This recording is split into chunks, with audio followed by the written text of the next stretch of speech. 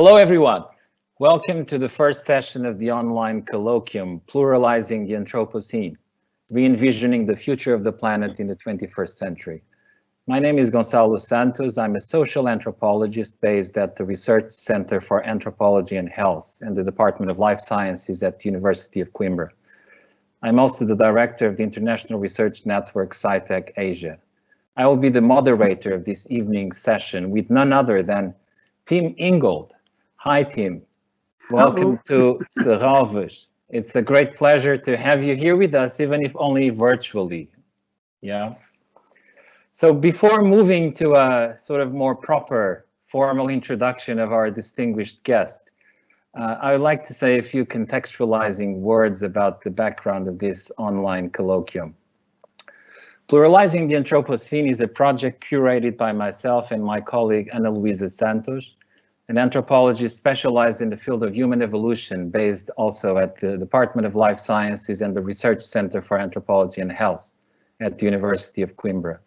The project is a partnership between the Research Center for Anthropology and Health and the Fundação de Serralves, together with the Research Network Sci-Tech Asia, the Center for Functional Ecology, Science for People and the Planet, the Department of Life Sciences of the University of Coimbra.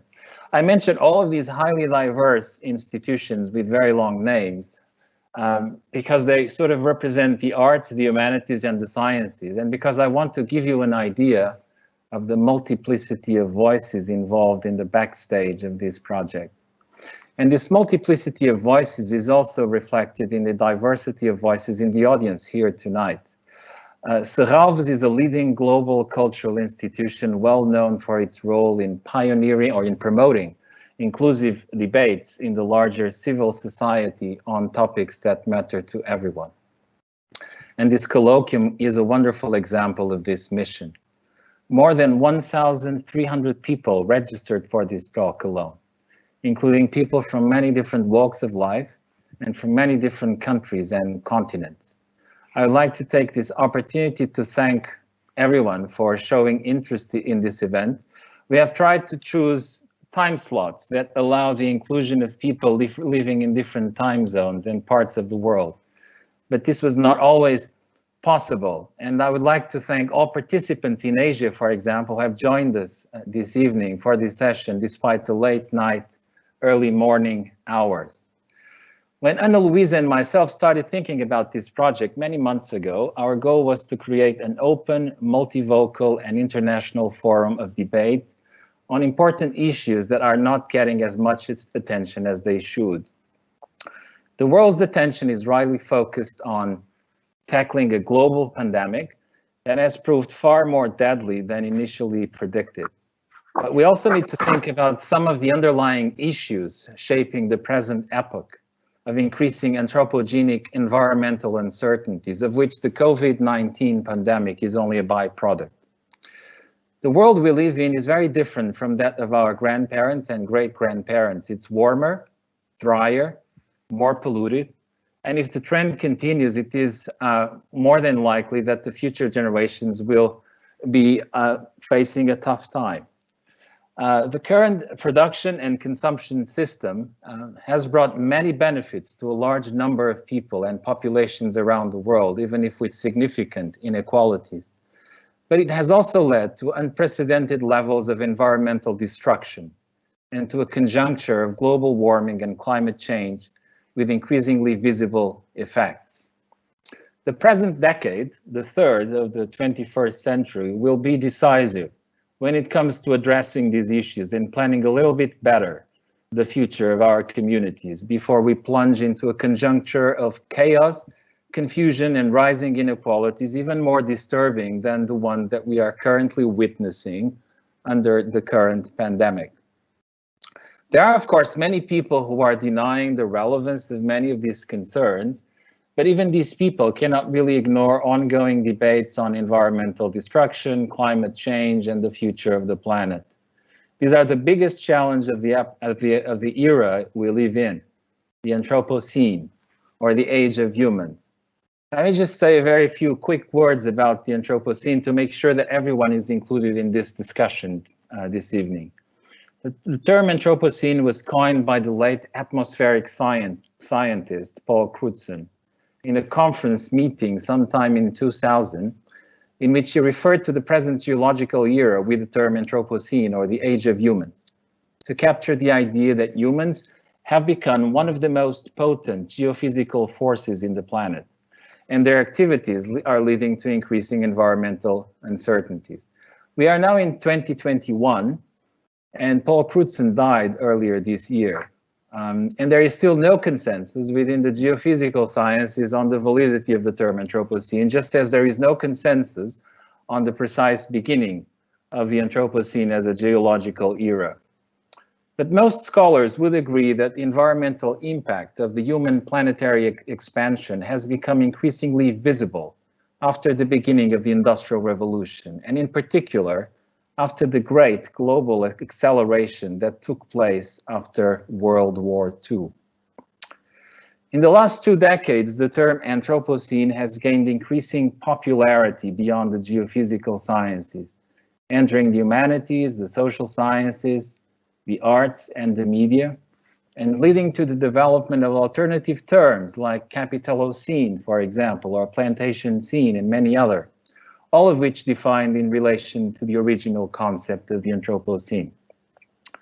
Whichever way we look at this concept, the Anthropocene has entered global cultural and political imaginaries as some kind of hyper-object or magnet that helps capture the tensions and the dilemmas of the age we live in, an age that is marked by increasing anxieties about the future of human life on the planet.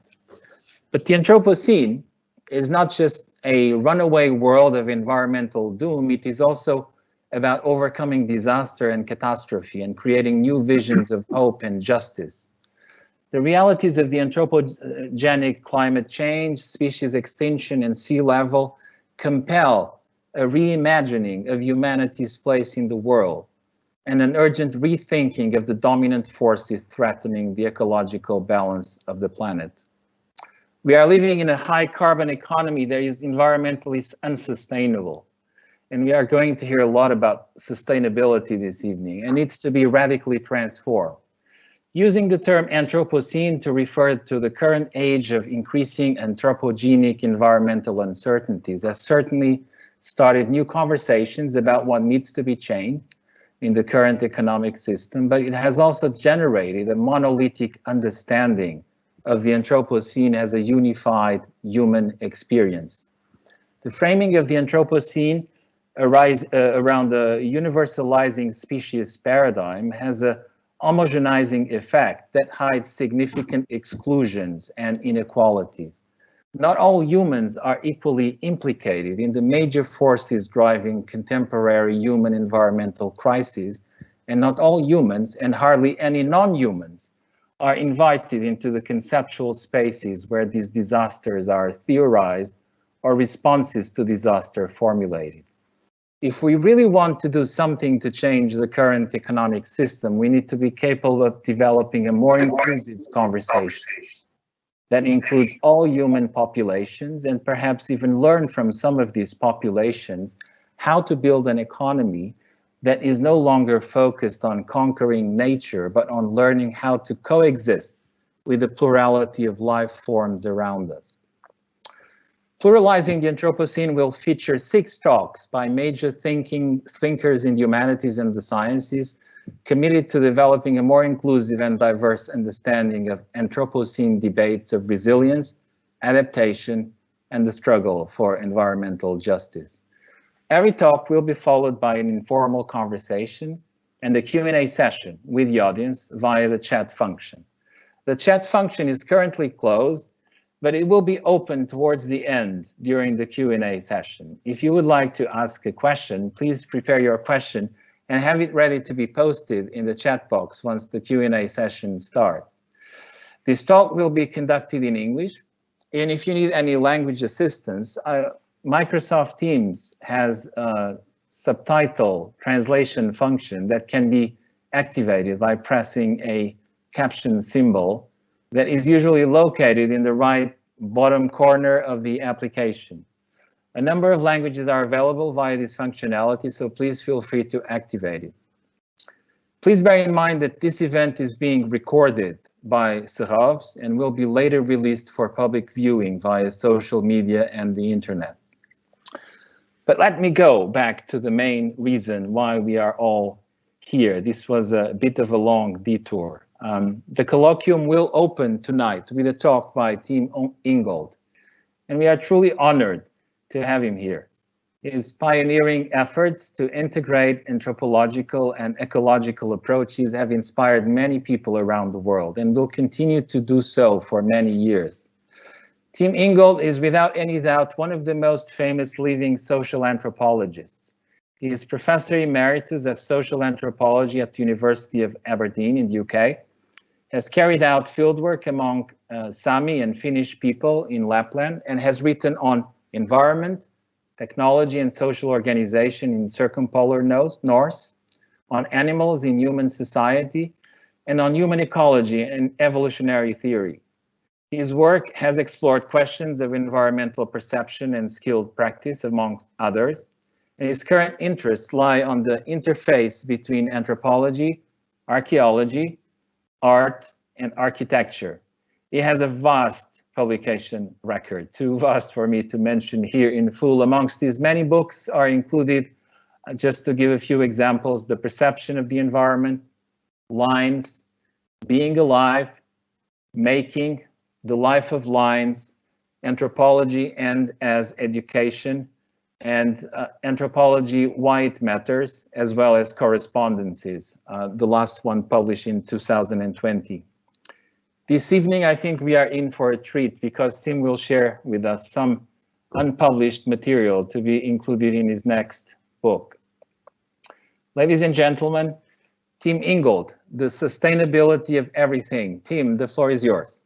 Thank you. Thank you very much, Gonçalo, and for that very generous introduction.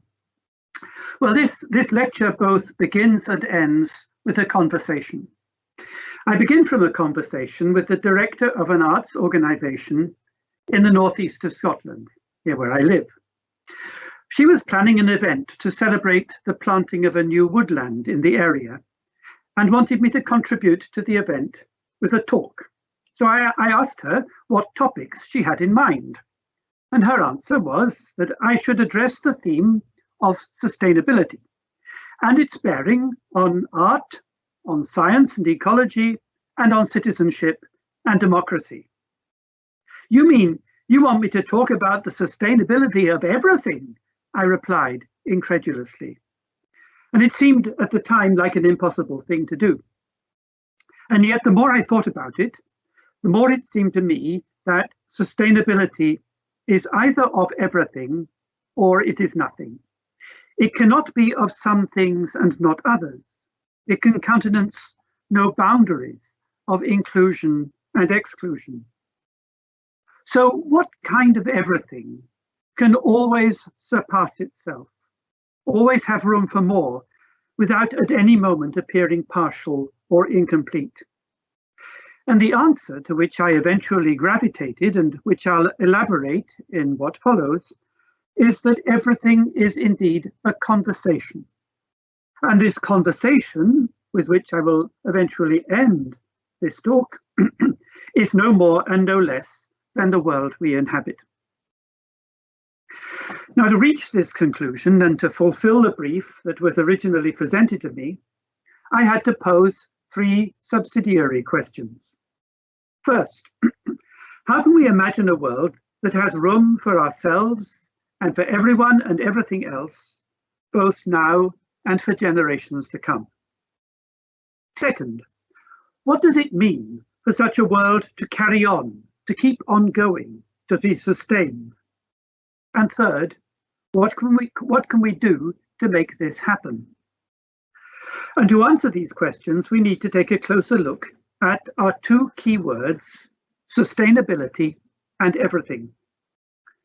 Now, I admit that for many, the notion of sustainability may seem to have outlived its worth, to have been devalued by overuse and compromised through its co-option by powerful interests whose overriding concern has been for their own survival in a world of ever more intense competition for dwindling planetary resources. Yet I believe it is a notion that we cannot do without, and that to give up on it would be tantamount to the abandonment of our responsibility towards coming generations. The challenge then is to give meaning to a term that paradoxically combines the idea of an absolute limit with the limitlessness of carrying on forever. Real sustainability, I'll argue, begins at the moment when the doors of perception swing open, when objectivity gives way to the search for truth, or finality to renewal, whereupon what appears from the outside as a limit opens up from within into a space of growth, movement, and transformation, to limitless possibility, or in a word, to everything. And it's with everything that I begin. For those of us educated into the ways of modern science, our inclination is always to conclude with everything rather than to begin from it. And we can reach a conclusion, we think, only by summing things up. That is, we perform an addition.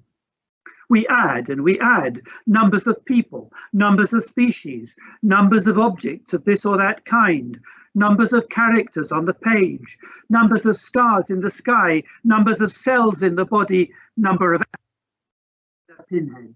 We are bamboozled by numbers, many of a magnitude that defy comprehension. They have to be broken off from the processes that gave rise to them, from the life. You must be able to tell where one thing ends and another begins.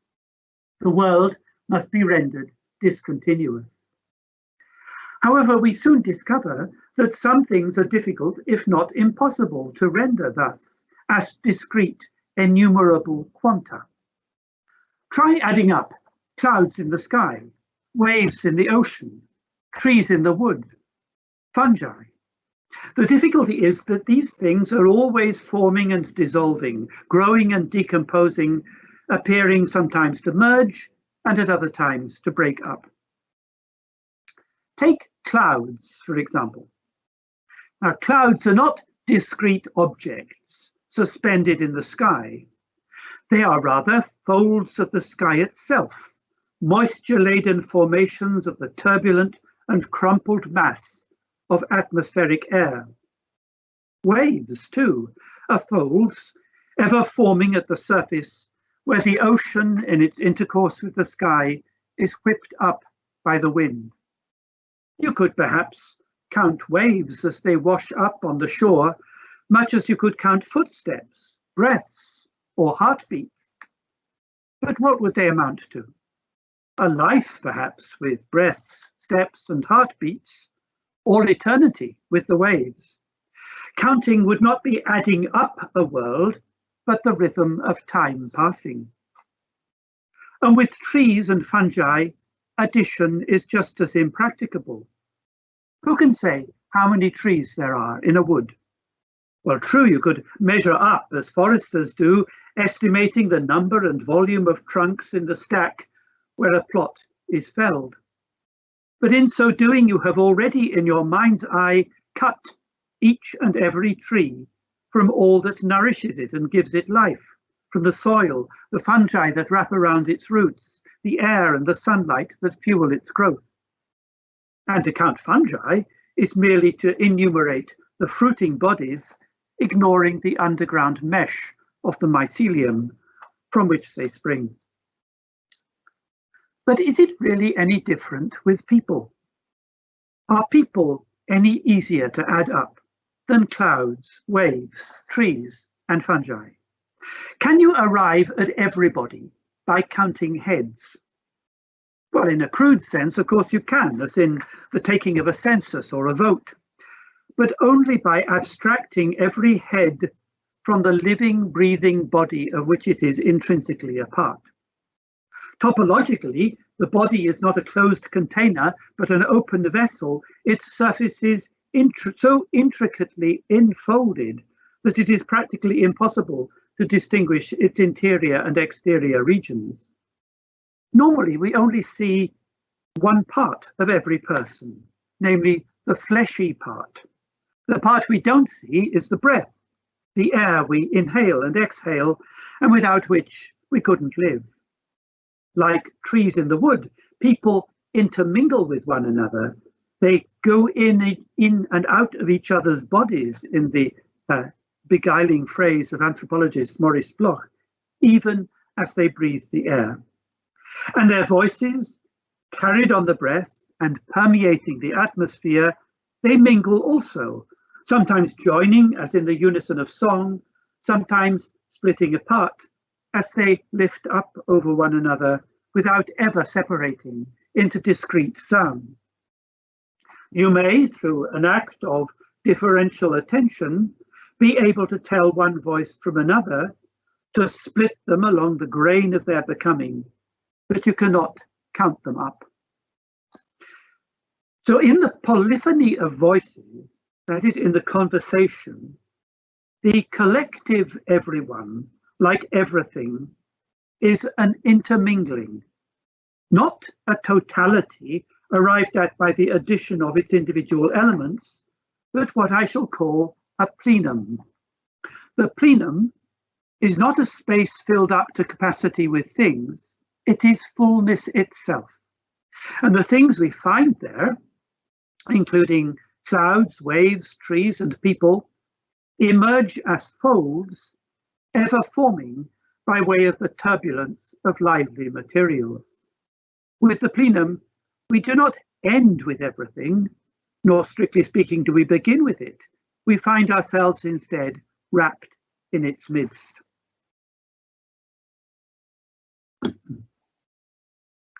Now we have many words to describe the plenum, words like world, cosmos, nature, earth. But does the world contain holes that remain to be filled? Are there gaps in the cosmos, voids in nature, empty spaces in the earth? We might regard a patch of ground as a site on which to build. It must first be cleared of obstructions like trees and boulders. Foundations must be dug, materials gathered and assembled. To clear the ground, however, is not to leave a void, but to smooth it out, as when you remove a crease from a fabric.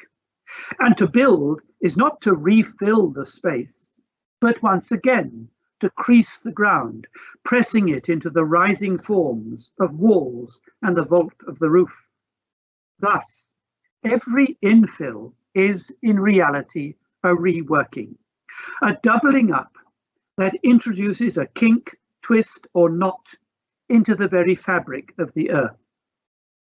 So things that to our senses might appear solid, tangible, and visibly stable, a building here, a tree or a boulder there, even a human being or an animal, each occupying its particular region of space or moment in time, these are truly but the provisional forms or envelopes of incessant movement.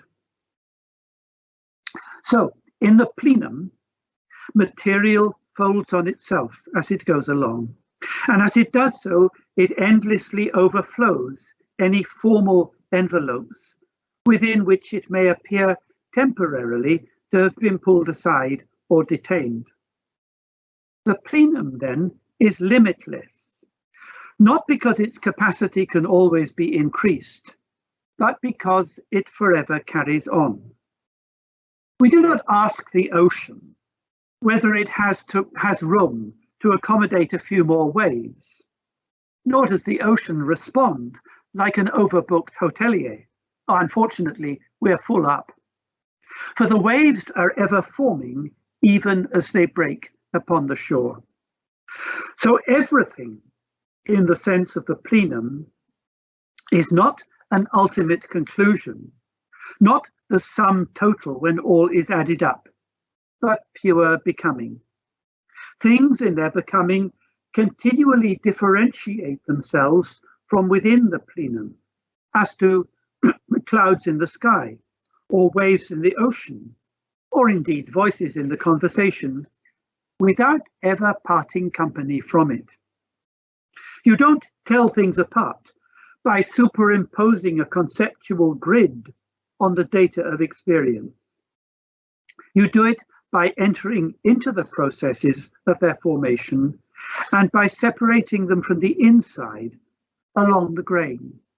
It's a matter of splitting, not cutting. And to get at the difference, compare cutting a log with a saw and splitting it with an axe. In the first case, you impose a system of fixed intervals upon the raw material of timber. And having cut the logs into desired lengths, you can count them up.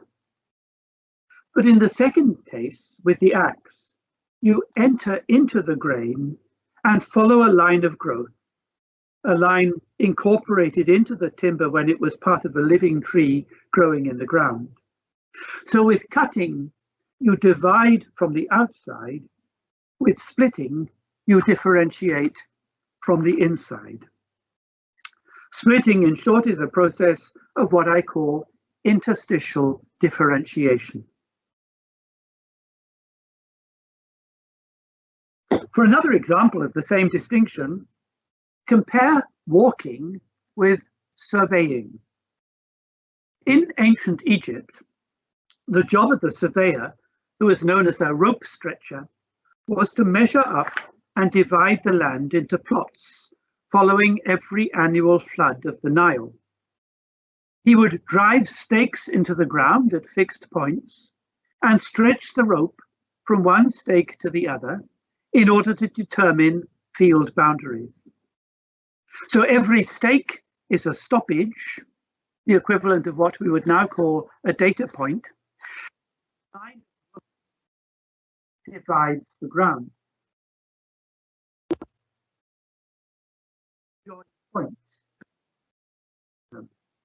His feet both follow the trail and in their impression re-inscribe it.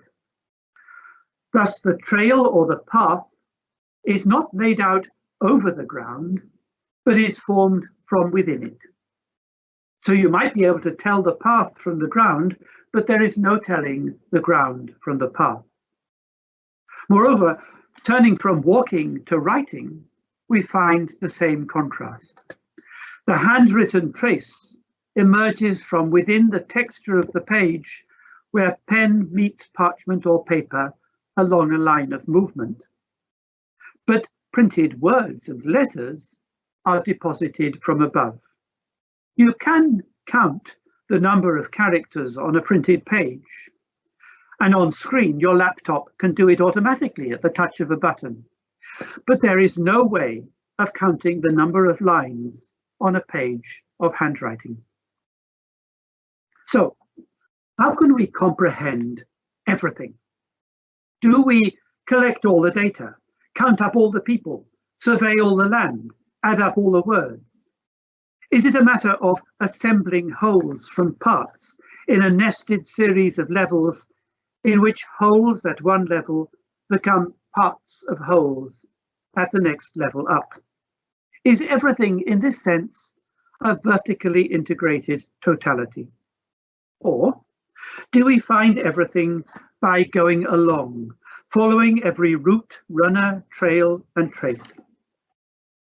Now the latter implies an entirely different view of part-whole relations, harmonic rather than totalizing, in which coherence arises from the tension of contrary forces and inclinations. The rope, for example, maintains its torsion and does not unwind because the twist of its constituent strands is contrary to the twist of its strands with one another. In polyphonic music, melodic lines likewise answer to each other in counterpoint. And yet, the rope keeps on winding, the music keeps sounding, the waves keep breaking on the shore. The plenum, in short, belongs to time. Perhaps indeed it is time. Everything, in the sense of the plenum, is not an ultimate conclusion, not the sum total when all is added up, but pure concrescence. For in a concrescent world, as the philosopher Alfred North Whitehead taught, everything is perpetually undergoing creation together. Trees growing older together in the wood, people living together in society, their voices carrying on together in conversation. This does not mean, of course, that the plenary world is only half-formed or incomplete, for incompletion can only be judged in relation to a state of finality. In the plenum, by contrast, nothing is final, and every ending is an unfinishing that opens up to fresh beginning. So with this, we return to the question from which I began. How can we imagine a world that is sustainable for everyone and everything, both now and forever? In the plenum, as we found, everything is sustainable because it tends to no limit, but rather opens to a perpetual process of world renewal. Indeed, in redefining everything as a plenum, we have also come close to achieving a workable definition of sustainability. It's a definition, however, that stands in stark contrast to that of mainstream sustainability science. In the currently dominant discourses of science, technology, and commerce, the aim of sustainability is not to open up to the power of world renewal, but to harness or capture this power and to put it to use in the production of so-called renewables. This is to turn beginnings into endings, to turn the transformative power of a living earth into goods and services for present and future human consumption. In the rationale of sustainable development, the world is understood not as a plenum to be inhabited, but as a totality to be managed, much as a company manages its assets by balancing the books, living off interest without eating into capital reserves. Sustainability is thus defined in terms of goals or targets to be achieved along an axis of progressive development. But the sustainability of everything runs counter to this axis. Its commitment is not to progress so much as to the continuity of life.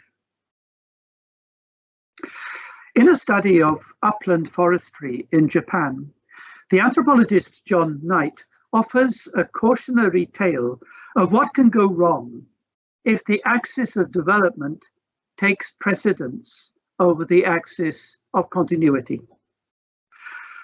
Traditionally, Japanese foresters would look after trees for a generation and then cut them for use as house timbers. And in the house, the timbers enjoy what the foresters called a second life. In this phase, the direction of care is reversed. For where foresters had nurtured trees in their first life, it is now the trees that nurture the foresters and their families in the second by furnishing the warmth, shelter, and comfort of the dwelling. Now, during this time, the foresters are looking after a new generation of growing trees, which will eventually, in their turn, become replacement house timbers. And so it would continue, generation after generation. Here, the lives of foresters and their trees go along together, responding to one another in a cycle of mutual care that, in principle, can continue indefinitely. But today, as Knight shows, the cycle has been broken. Conservationists demand that old trees be preserved and not cut.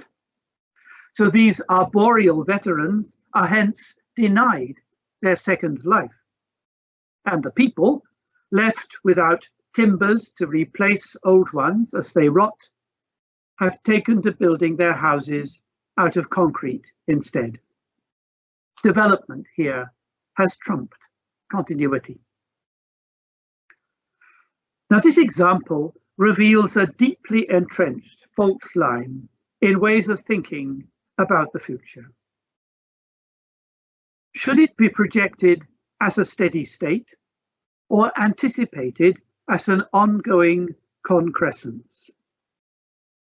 Even if it were possible, in theory, to balance the ship of the world on its keel, the balance could only be sustained by calming the ocean, putting life and history permanently on hold.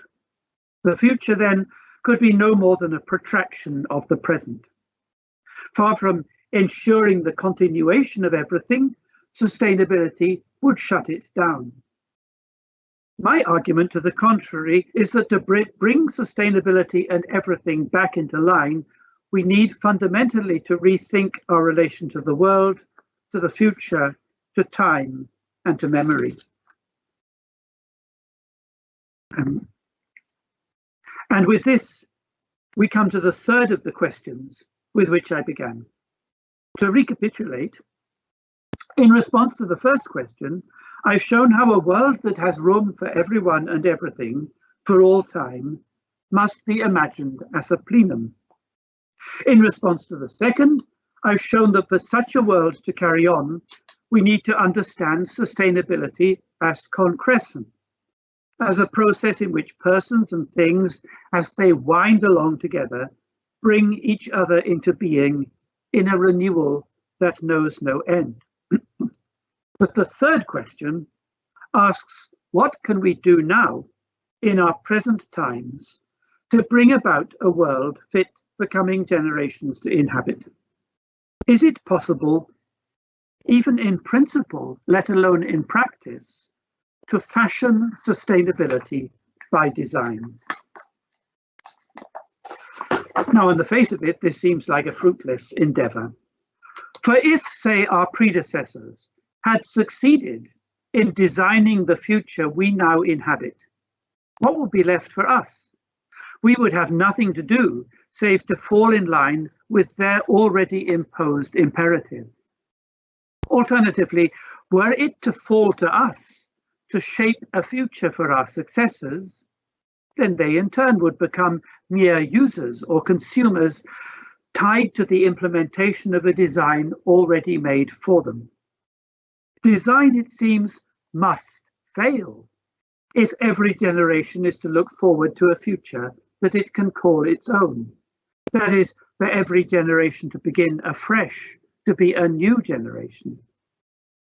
Perhaps the very history of design could be understood as the cumulative record of concerted human efforts to put an end to it, an interminable series of final answers, none of which, in retrospect, turned out to be final after all.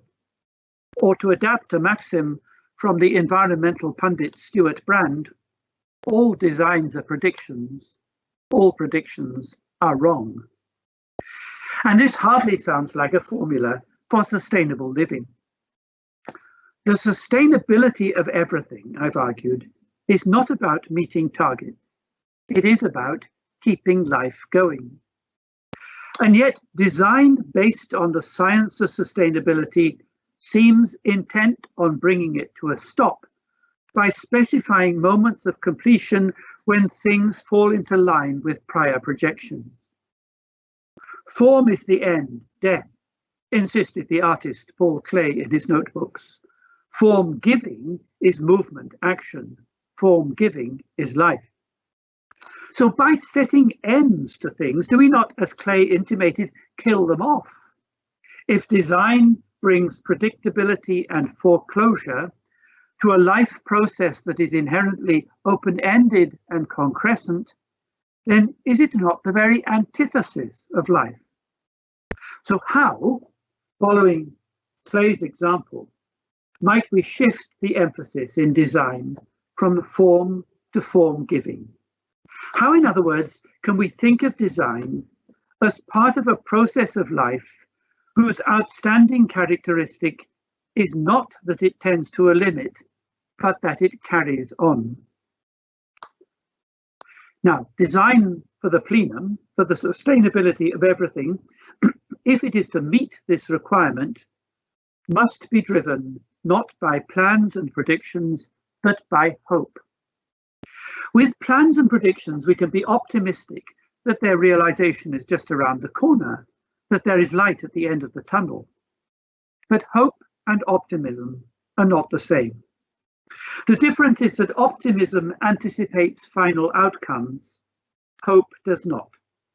The verb to hope is not transitive, like to make or to build, but intransitive, like to grow and indeed to live. It denotes a process that does not begin here and end there, but carries on through. So I suggest that in designing for sustainability, in making it happen, we should treat design too as an intransitive verb, as a way of carrying on that is intrinsically open-ended. Ask not then what you are designing, but how. Let me return to Klee, this time to his celebrated creative credo of 1920. Art does not reproduce the visible, but makes visible. It is not for art, Klee contended, to hold a mirror to reality. It is rather to enter into the relations and processes that give rise to things so as to bring them into the field of our awareness. And only so long as these relations and processes carry on, can the world offer a sustainable abode for its inhabitants. Now, I believe we can understand design for sustainability as an art in Klee's sense. Far from setting out to transform the world or to bring it into line with a preconceived plan, it is to enter imaginatively into the process of the world's transforming itself, of its autopoiesis. And this process, however, unfolds along not one, but multiple paths. It is, in essence, a conversation. And like life, conversations carry on. They have no particular beginning point or end point. No one knows in advance what will come out of them, nor can their conduct be dictated by any one partner. They are truly collective achievements. So let us then think of designing for sustainability as a conversation, embracing not only human beings, but all the other constituents of the life world, from non-human animals of all sorts to things like trees, rivers, mountains, and the earth. All who join the conversation are contributing, each in their own way, to design for a sustainable world. So let me now return to the challenges put to me in the conversation that originally prompted this talk. In the sustainability of everything, what is there for art to do? What is the relation between art, science, and ecology? And what does our rethinking of sustainability mean for citizenship and democracy? Now, I've argued that sustainability can only be reconciled with everything if we redefine our relation to the world and our place in it. And to do so means acknowledging, with the philosopher of science Karan Barad, that far from standing outside the world and imposing our designs upon it, we are ourselves part of the world in its differential becoming.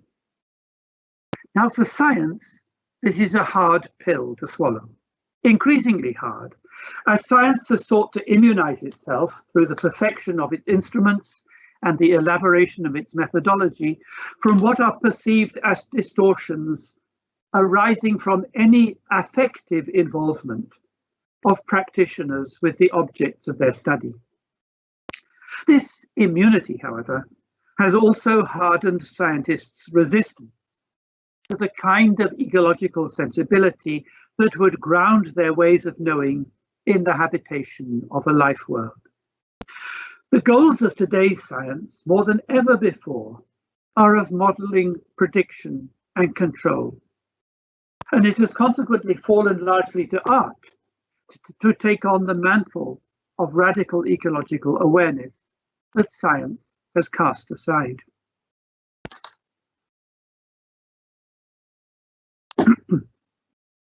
Many contemporary environmental artists, along with their colleagues in architecture and design, are indeed leading the way in breaking down the barriers between humanity and nature, foregrounding lived experience, and highlighting the richness and complexity, as well as the mystery and strangeness of a world which human beings have irrevocably altered through their activities, yet in which they remain puny by comparison with the forces they have unleashed.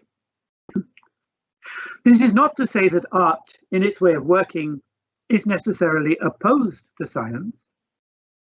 It is rather to plead for a different way of doing science, different at least from its more arrogant and hubristic versions, by which I mean the kind of big science that in this epoch of the Anthropocene pretends to have the power to fix the planet once and for all.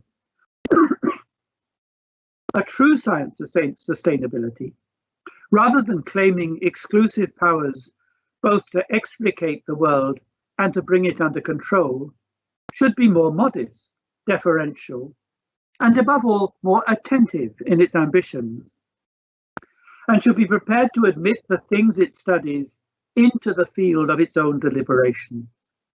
In short, for it to join the conversation, science must shed its totalitarian impulses and recognize that its peculiar way of knowing is neither sovereign nor absolute, but one of many.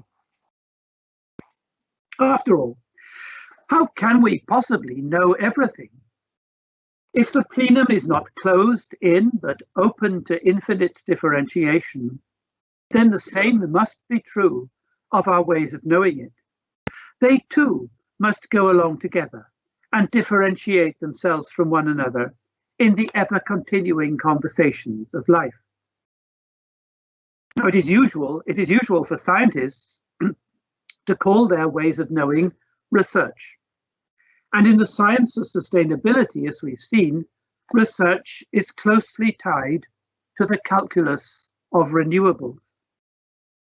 The claim of scientific research that it aims to fill gaps in understanding rests on a logic of addition, on the idea that our knowledge of the world, though currently incomplete, will ultimately add up to a totality. However, for an itinerant practice of research that follows the ways of the world from within, there are no gaps to fill. Indeed, my earlier observation that in the plenum every apparent infill is really a reworking applies with equal force to research. What is research, after all, if not a way of searching again, a second search, which at once doubles up on what went before and is an original intervention in its turn? That's what research literally means, a reworking in which we differentiate emergent phenomena even as we join with them. Experienced thus as a way of knowing, research continually surpasses itself. It's not an addition, but a concrescence. And it is befitting to art as it is to science.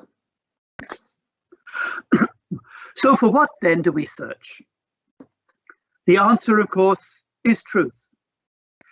In a sustainable world, research never ends because it is most fundamentally a search for truth. Without this commitment to truth, research would be cast adrift like a lost spacecraft with no recollection of its mother planet and no clue as to where it's heading. And yet, in this cynical and untrusting age, truth is often considered a dangerous, if not deluded idea, best kept inside scare quotes. For many, the very mention of truth conjures up memories of the tyranny wrought throughout history by those claiming to be its masters and to act as its worldly ambassadors, invariably with calamitous consequences for all concerned. We should not, however, blame truth. for the atrocities committed in its name. The fault lies in its totalization, its conversion into a monolith that stands eternal like a monument, timeless and fully formed. Research, to the contrary, rests on the acknowledgement that we can never master truth, any more than we can conquer life. Such conquest is for immortals. But for us, mortal beings, truth is always greater than we are, always beckoning from beyond the horizons of our present knowledge and understanding. The role of research, then, is to offer an imaginative opening to truth. And yet, by the same token, truth should on no account be confused with fact. The fact stops us in our tracks and blocks our way. This is how it is, it says. Proceed no further. But even if the facts of a case may be incontrovertibly established, its truth lives on. For what appear to us in the first instance as data points or stoppages turn out, when we search again, that is in our research, to be openings that let us in. It is as though the fact rotated by 90 degrees, like a door on opening, so that it no longer confronts us face on, but aligns itself longitudinally with our own movements. And where the fact leads, we follow. Come with us, it says. And what had once put an end to our search then reappears in research as a new beginning, a way into a world that is not already formed, but itself undergoing formation. It is not that we have broken through the surface of the world to discover its hidden secrets. Rather, as the doors of perception open, and as we join with things in the relations and processes of their formation, the surface itself vanishes. The truth of this world, then, is not to be found out there, established by reference to objective facts, but is disclosed from within. It is indeed the very matrix of our existence as worldly beings. We can have no knowledge of this truth, save by being in it. Knowing, in short, unfolds from the inside of being. Now, this conclusion will naturally be anathema to those who hold that true knowledge of the world can be had by. For them, objectivity is of truth.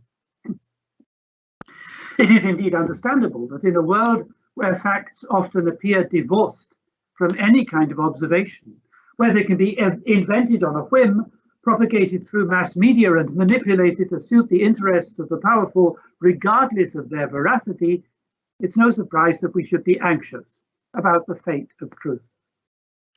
To many, it seems that in this era of post-truth, we have lost our grip on reality. But while we are right to insist that there can be no proper facts without observation, we are wrong, I believe, to suppose that observation stops at objectivity. For to observe, it is not enough merely to look at things. We have to join with them and to follow. That's what observation means, to follow attentively, whether by watching, listening, or feeling what someone or something else is doing. And it is precisely as observation goes beyond objectification that truth goes beyond the facts. This is the moment in our observations when the things with which we study begin to tell us how to observe. And in allowing ourselves into their presence rather than holding them at arm's length, that is, in attending to them, we find that they are also guiding our attention. Attending to these ways, we also respond to them as they respond to us. Research then becomes a practice of correspondence and of care. It's a labor of love, giving back what we owe to the world for our own existence as beings within it. So finally, What does all this mean for democracy and citizenship? It cannot, for one thing, mean democracy in the sense of a head count, which sorts everyone into those with common or opposed interests. In a sustainable democracy, one with room for everyone and everything now and forever, people cannot be counted, and nor can things.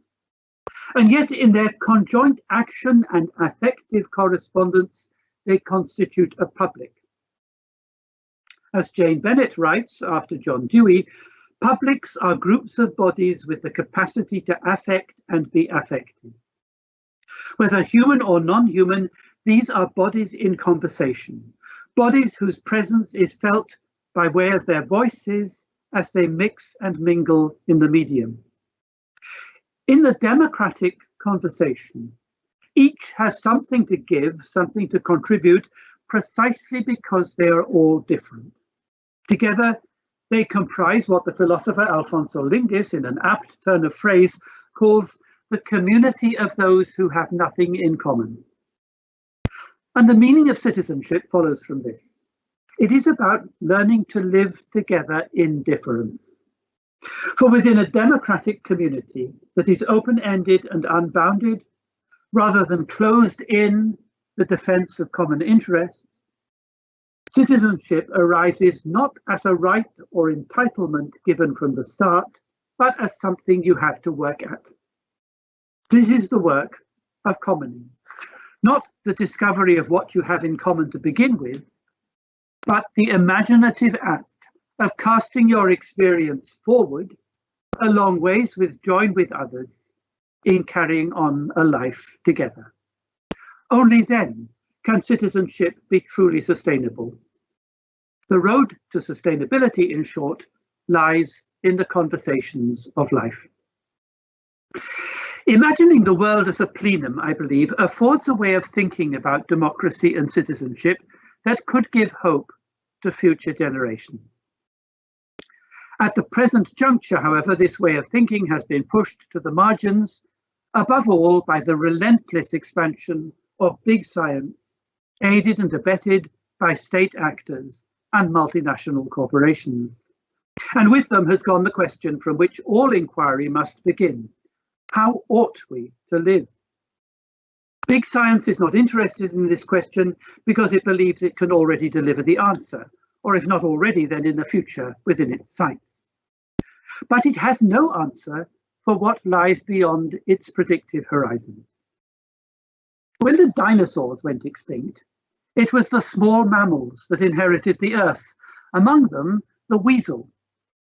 The most famous weasel in history could turn out to be the one that bit through an electric cable, putting the largest machine ever built, CERN's Large Hadron Collider, out of action for a week.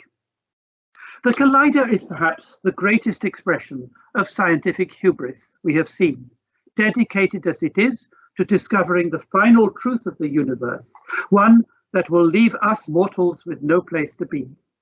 It is the delusional project of our time, truly a machine for the end of the world. But the eventual collapse of big science, which is no less inevitable than the collapse of the global economy that sustains it, will not bring the world to an end. It will instead inaugurate a new beginning.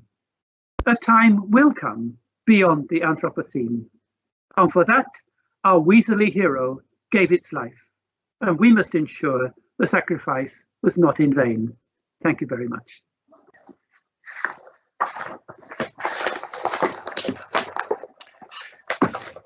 Thank you, Tim. That was a wonderful talk. As I heard it and read it, for me, it was a very important defense of the notion of sustainability, which is probably no longer as in fashion as it used to be some decades ago. I think you point that out as well in your paper. It was very rich conceptually, and I am sure that we could spend hours talking about the various conceptual subtleties and nuances of the paper. But I know that many in the audience may not be familiar with some of the some of the concepts that you mentioned. So perhaps I would like to invite you to help me unpack a bit the practical implications of some of the ideas that you are discussing so beautifully in your presentation. I mean, one question that I had is about the very notion of sustainability that you have. I mean, you make a strong case as to why we should hold on to the notion of sustainability. It's a concept that has been devalued, as I said earlier. You know, it's probably overused and if not misused by corporations, national governments, international organizations that have other interests in mind other than sustainability itself. But you argue that we cannot really do without the notion of sustainability, and that to give up on it would be, you know, very much like abandoning our responsibility towards the future generations. So instead of abandoning the concept altogether, what you have done this evening is to kind of try to reconceptualize it and to start imagining how to put it to practice. So in your view, sustainability, it's about carrying life. So it's not about achieving a certain state or a steady state. It has to involve everything. It has to involve everyone. It's sustainability of everything. And you draw a contrast between this sustainability of everything and everyone with pre-existing notions or more hegemonic notions of sustainability based on what you call the science of sustainability and the production of renewables. Could you give some more practical examples? I mean, you give some examples in your talk, especially of the sustainability of everything, with the wonderful example taken from John Knight's Japanese ethnography. But what do you mean by science of sustainability, for example? Is the Paris Agreement on climate change an example of an institution based on the science of sustainability? I suppose it is. I mean, there is such a thing as the science of sustainability, and it has its own journals and body of very substantial body of literature. So there are a whole body of there's a large number of scientists out there who would identify themselves as sustainability scientists, and they're working on these particular issues. It usually involves all kinds of measurements of the kinds of measurements that we read about all the time. That we were just hearing about from Bill Gates launching his new book. You know, how much carbon we're releasing into the atmosphere, how much this, how much that. What value should we attach to so-called ecological services, and all of these sorts of things, which tend to be debated within a framework of economics. What I want to do by recast, I agree. I don't think we should. I don't think we can afford to abandon the concept of sustainability. We have rather to come up with a better notion of what it is. And what I want to do is to try and show how all sorts of everyday actions, which all of us do in our daily lives, in caring for other people, caring for our gardens, caring for our kin, caring for our houses, all of these little things can in fact be understood as forms of sustainable action. So if we think of sustainability as a process of carrying life on, a process that is geared to the imperative of the continuity of life, then when a mother cares for her child by love, by feeding, by providing a domestic environment and so on, that is those little acts of love and care are acts of sustainability. When we cook meals, they're acts of sustainability. There are all kinds of things that people do in everyday life, and they're being told by science that they should do things differently, that they're not sustainable and so on. What we need to show is that all sorts of little things that we do by which we care for one another and care for the world around us, that these are important and these are valuable and that they contribute to the sustainability of life and of the world that we're living in. So I want all those little things, the ordinary things that people do and the things they know. I want people to realize and to feel that, yes, these things are important and they're part of the way in which we can make a world for coming generations, instead of them being dismissed as just kind of common activities of ordinary people that don't count. Yes. And you seem to be at some point in your presentation you were talking about the challenge, or you seem to be against the idea that the sustainability of everything can be imposed by design. So instead of thinking about this new vision as something that can be implemented, as if we are standing outside the world, from the top to the bottom, right? You rather think as something that has to come from within. Yes, it has to come from within. But do you conceive? Is it possible to have institutions, macro level institutions, to support these everyday life practices that you are talking about, and to amplify the significance of the sustainability of everything as a vision? You can have macro level institutions if these are facilitative institutions and not prescriptive, controlling ones. I think that a large part of the problem comes from the ways in which the institutions where power is concentrated have got bigger and bigger and bigger, and in them power is becoming more and more and more concentrated. We're not going to find nobody wants a final solution to the world's problems. That would be the end of all of us. We have to accept and admit that we'll just keep on muddling along. And then you think, well, if you've got a world that is just muddling along, and so long as it's still muddling along, that's fine. It's still going on, the show is still on the road.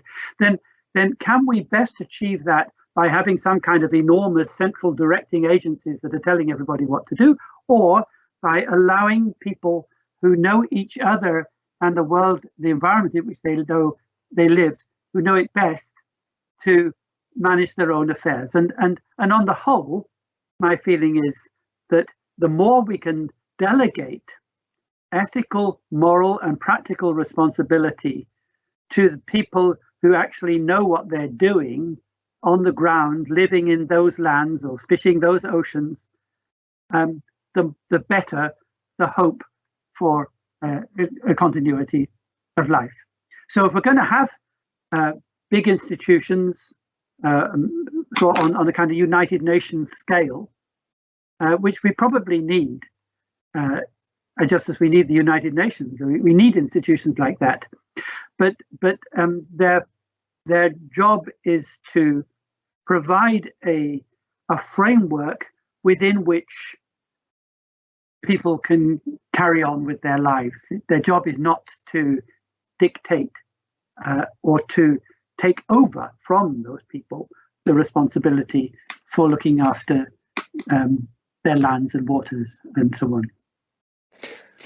I'm sure you are aware that you are going a little bit against the grain, given that in the current pandemic, what we've witnessed in the last year or so is precisely the opposite. What we're seeing is states and sort of international organizations precisely not being willing to kind of delegate that capacity of self-organization in the life, in society, and to argue that they have to intervene and to impose top-down restrictions in order to minimize the effects of the pandemic. So would that be an example of something not to do? Or well, we do have a perfect example of this here in the UK. You've probably heard about it. When the government first started to introduce a track and trace system to deal with the COVID pandemic, they insisted on centralizing it and delegating it to a private company that was then tasked with producing a nationwide system, and it was complete failure. And everybody was saying, please allow local authorities, that is cities, regions, local areas, to manage their own track and trace systems, because they have the people who know the area, know the people, even sometimes the question being able to speak the languages in terms when we're dealing with ethnic minorities of various kinds. And in many cases, actually what happened was that without the resources, because the government didn't provide them, those local authorities just got on with it themselves. And their results were spectacular, whereas the national results were just completely hopeless. So when it comes to imposing a lockdown or something like that, then we do need to have a legal framework within which people operate. But that has to be the framework within which as much responsibility is delegated locally as possible. Yes. That's what's happened in Scotland. We've had, and it's been much more successful.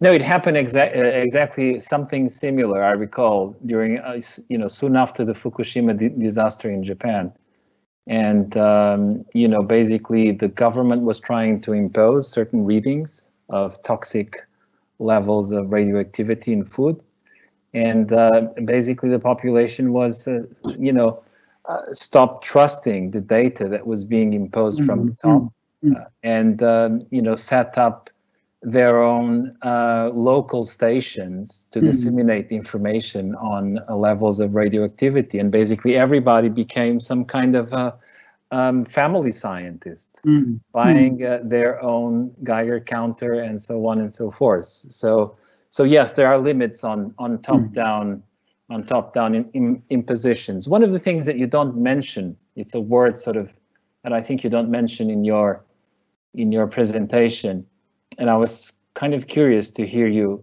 talk a little bit about it, is capitalism, because of course capitalism is one of the things that is behind the current economic system as we know it today. It's a particular form of capitalism, of course. It's a late modern form of capitalism.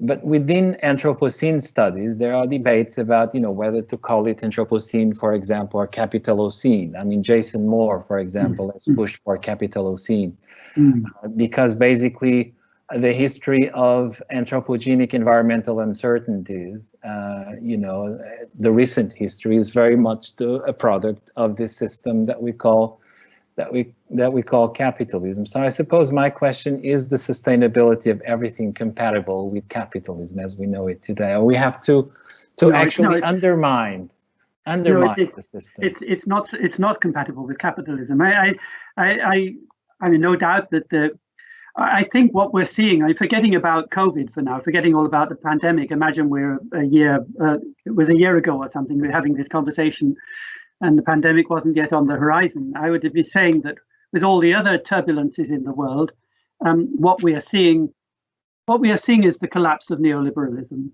and that collapse brings in train, for example, murderous right-wing regimes, Trump-like figures, and so on, and Bolsonaro types. So one can understand this as all symptomatic of manifestly unsustainable neoliberal regime collapsing. And the problem is that no one has a credible alternative for it, and nor could anybody impose it. So whatever the alternative is going to have to be something that emerges to some extent sui generis of its own accord, and we don't yet know what it's going to be.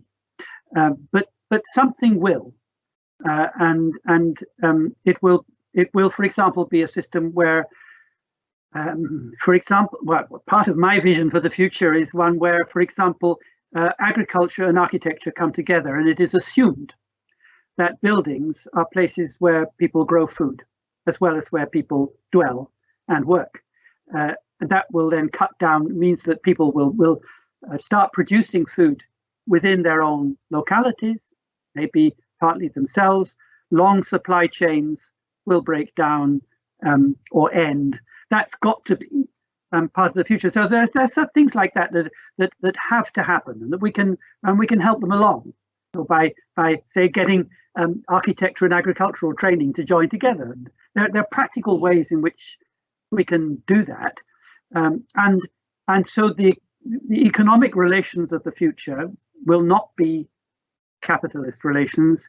They won't be, least of all, of a neoliberal kind.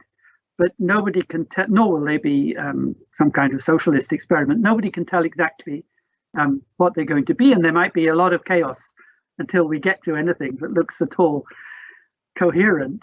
But I think we are at that stage. I also think that these debates about shall we call it Anthropocene, shall we call it Capitalocene, are just silly. I really get quite annoyed with academics who are jousting, having little tournaments about which term is better than that one. They all have their advantages and disadvantages, but multiplying different kinds of scene, using the geological model, is, I think, a pathetic game where issues actually are so serious. Yeah. You make a touching defense of truth in your paper. I was very touched by it, actually, and also of science in many ways. But you are very critical of big science. You are very critical of scientific hubris, and you seem to be make the case that, to some extent, that for China, for science to join the conversation in the plenum that you are describing, it must shed its totalitarian impulses and recognize that it's just one way of, producing knowledge that is not sovereign, and it's just one amongst many others. So I suppose the challenge is, how do we get big science to come this way? I think I want to make a clear distinction between big science and scientists. Yes, I have no problem at all with scientists. They're all so very different sorts of people, just like the rest of us. And some are really nice, and some aren't, and just like it's the same as any other bunch of people. But the problem is not with scientists. Most scientists are absolutely dedicated to whatever they're studying. They are not hubristic at all. They're often very modest people, and very much aware all the time of the limitations of their knowledge, and very attentive to whatever they're studying. They're very skilled. So I don't have any problem with scientists. The problem is the way in which science itself has become, or allowed itself to become, institutionalized and linked in that way to the agendas of state actors and corporations. And I know from conversations that many scientists themselves are intensely frustrated by the institutional framework in which they have to operate, a framework that determines funding and publication, what you're allowed to put in a paper and what you're not, for example. They find this very frustrating. And so I do think it's possible to reform science from within, with the full collaboration of our scientific colleagues, who are, I think, feeling exactly the same frustration with big science that I would. Yes, science today, more than ever before, is about modeling, prediction, and control, you say. Yes. And to some extent, you suggest that it has fallen to the realm of art and architecture, for example, to take on the task of radical, starting radical ecological awareness. Could you give some examples of what you mean by this? This is also a question that is being asked by members of the audience, who really enjoyed your talk and are asking whether you could recommend some environmental artists and architects whose work we could look into for inspirations and imaginations for our futures. Oh, hesitate to do that because there are a lot. And some of them are very famous and some of them are not. But around, there's a tremendous proliferation now in the field of art, of artists who, in one way or another, are becoming they're becoming almost ecological activists. And their art, it becomes itself, it's often performative, and it becomes itself a form of activism that involves collaboration, often with local people, with scientists, and bringing people together around a particular issue. And I just couldn't start listing them all because it would just become a kind of name dropping thing.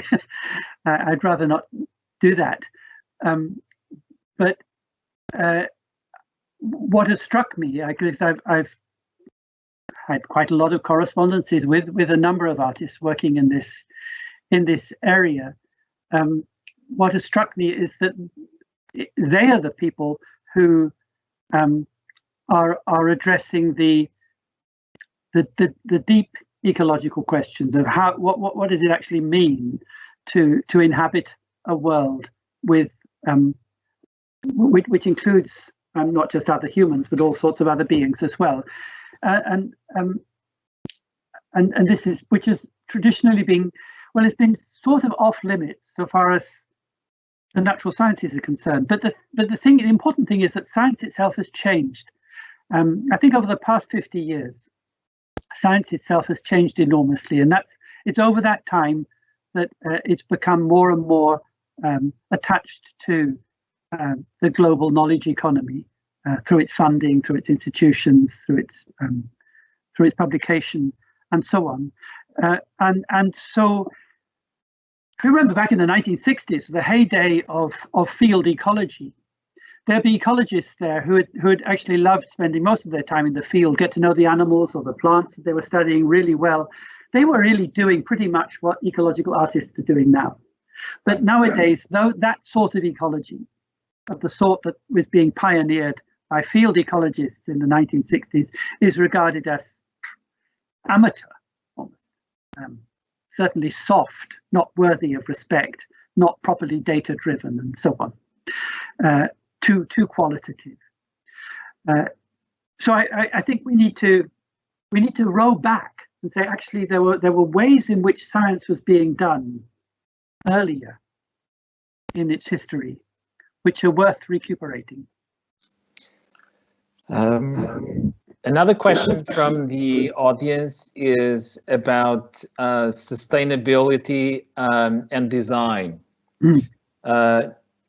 I'm going to read from Masha Guganig. Many thanks for your insightful talk. You talked about design for sustainability as an area that ought to be an open conversation as a process of hope. How would you consider applying this ethos of sustainability of everything in policy, where politicians won't listen to anyone without concrete goals and measures? What would a policy of sustainability of everything look like?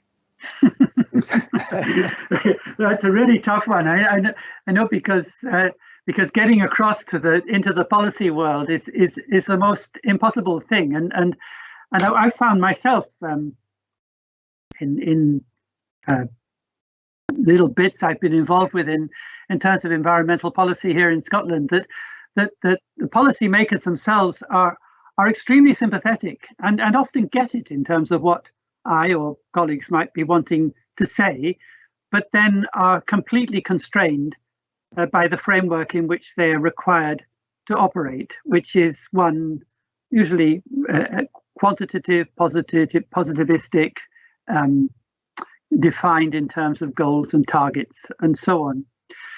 And I think I'm really not sure how to deal with it. It's a problem, but I think we have to think again about what policy and policy making actually means. I think we've tended to assume a degree of prescriptiveness to policy, which is perhaps not really what even policymakers are looking for. Again, the point about policy is not actually to determine exactly what should happen on the ground or to prescribe certain modes of behavior. I think what policymakers are really trying to do is steer things in what they seem to be, what they hope to be a sensible direction. How can one steer a process this way or that way? And if we think, if we start thinking about policy, again, not in terms of laying down markers, stoppages, but think of it more in terms of how can we steer a process which doesn't have a necessary end to it, but we want it to go this way rather than that way. Then that's the way to do it. But we do need to think again, and I think a lot of people in the policy world are thinking about how can they imagine what policy is in a way that is more flexible. Okay, we have another question from Anna Daniela, more or less similar. I'm not sure if you already answered it. How can people really follow in their daily acts what they perceive inside of their being when a lot of power and resources are concentrated in the hands of small numbers of owners? How can you steer those who own power and resources in the current system to dissolve their grip and let the people act in the ways you describe, or to be willing to facilitate that? Well, if we knew the answer to that, life will be easy for everybody. But I don't know the answer to this. The only answer that we've ever had is various forms of activism. One has to campaign. What else can we do? However, there is one thing that I'd like to mention, and that is, it's to do with the relations between generations. One of the curious things about the kind of social setup that we have nowadays is that everything is being done by what I call the intermediate generation, the generation of now. That is people from adults to retirement age. Children are not supposed to be in the business of making the world, because they're supposed to be learning how it is and are still ignorant. Old people are supposed to have been past it. Now they've had their turn and should retire. So both the very young and the very old are excluded from the process of making a future. And I think we need to bring them back together again, because throughout most of history, that's what happened. The young kids would learn from their grandparents, and they would be doing things together and making a world together that way. And I think it is tragic that our children are being excluded from the project of making a future world, and at the same time excluded from being able to build that world with the old people who have a lot of experience to share. And we need to bring those generations back together. And I think that would actually help even deal with this problem of how to break down the monopoly power of large owners. Okay, of course, getting rid of capitalism would also help. We have another question from Rui, who asks you if you know about resilience theory and panarchy, because your argument seems to be fairly similar to resilience theory and panarchy, or there are some overlaps. Would you like to comment on that? I don't know. The word resilience is always been bandied about as one of a triad of words. What is it? Adaptation, vulnerability, and resilience. And these words come out of systems engineering and have been applied to people around the world as to how they're supposed to deal with climate change. And I think it's terrible. So I don't know whether the resilience theory is something separate from that, but I'm a bit suspicious of the word because of the way it's linked to notions of adaptation and vulnerability. Okay. Another question about cities and professionals engaged in the process of greening the urban space, or in other words, trying to build more sustainable cities. Do you think this is possible at all? Is it possible to apply ideas that you have developed here about the sustainability of everything in efforts by I suppose urbanists to green? Yes, I think there is, and I mentioned it in passing earlier on, that we must reconceive cities as places where you produce food,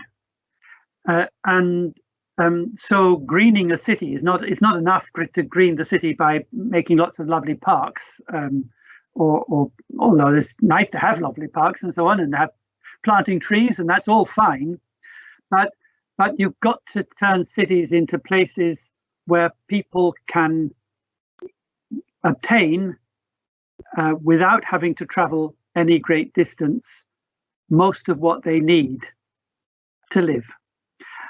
And that means most particularly food, but it also means that we could go back to greater role for artisans and craftspeople in making the kind of stuff that we need in our everyday lives. So that's the key route to making cities sustainable. It's about food citizenship.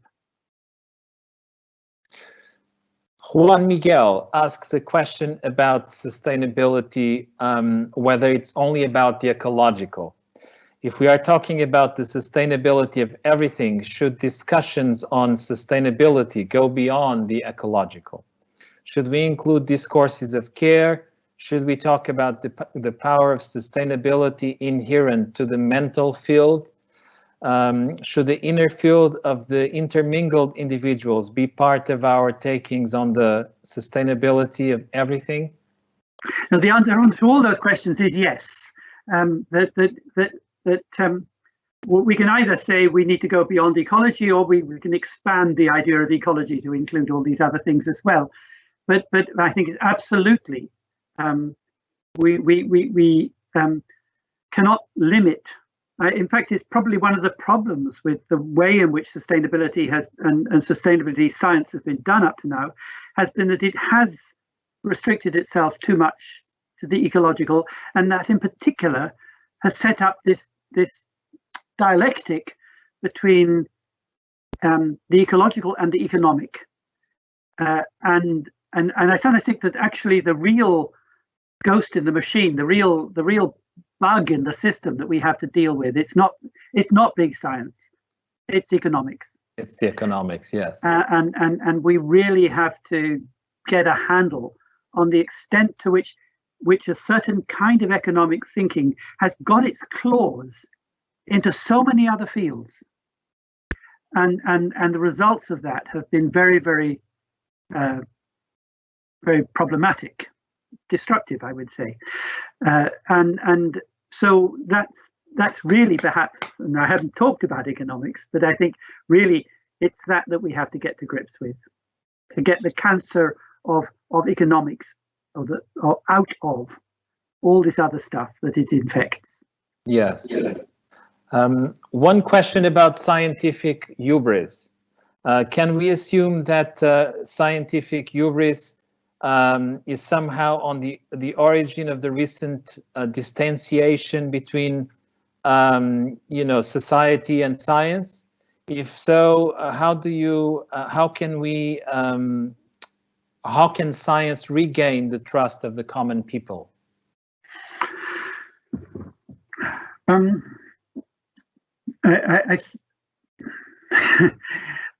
mean, it's very difficult questions. It's a plea for small science and amateur science and the rest of it. Science, yes. And citizen science. And lots of working scientists, professional scientists, would love to do that.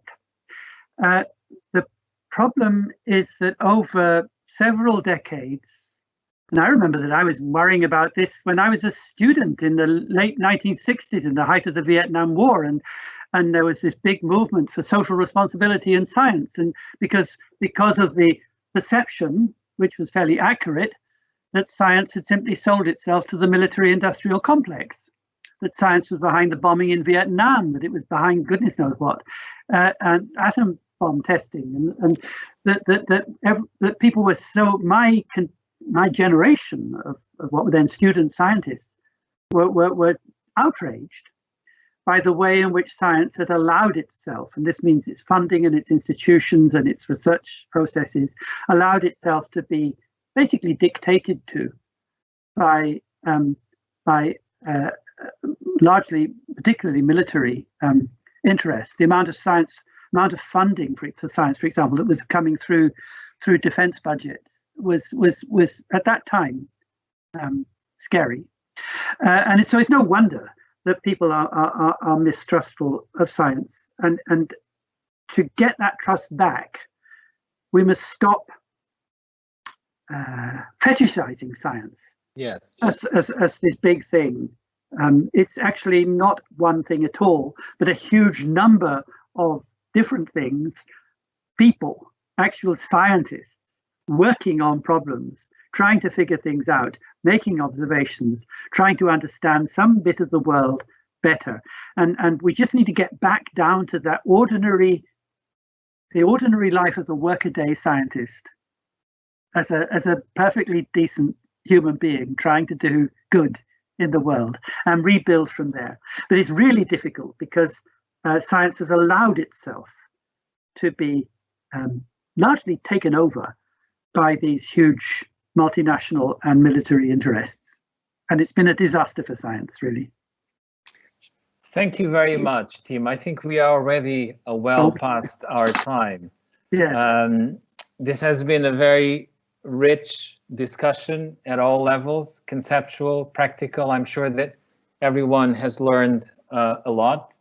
I have personally found the discussion very, very enriching. And one thing that stuck to my mind is that if we want to change the way the current economy works, the current high carbon economy works, it's not enough to be a bit of patchwork here and there and talk about renewables. I mean, we have to talk about a more fundamental conceptual change. We have to talk about the sustainability of everything, not just of a few things and a few human populations. We have to talk about the sustainability of everything. Please join me in thanking Tim Ingold for the pleasure of his company and for sharing his reflections on the challenges ahead in the age of the Anthropocene.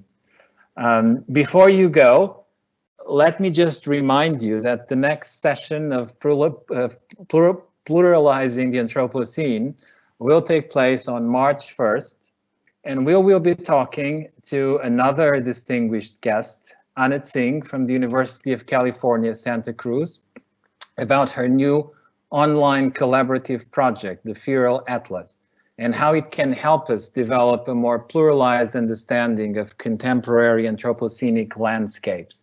The event is free, of course, but registration is required. Please check the Serralva's website for more details on how to register. Thank you once again, and see you on March 1st. You are also invited, Tim. Thank you. Thank you. Thank you very much. Oh,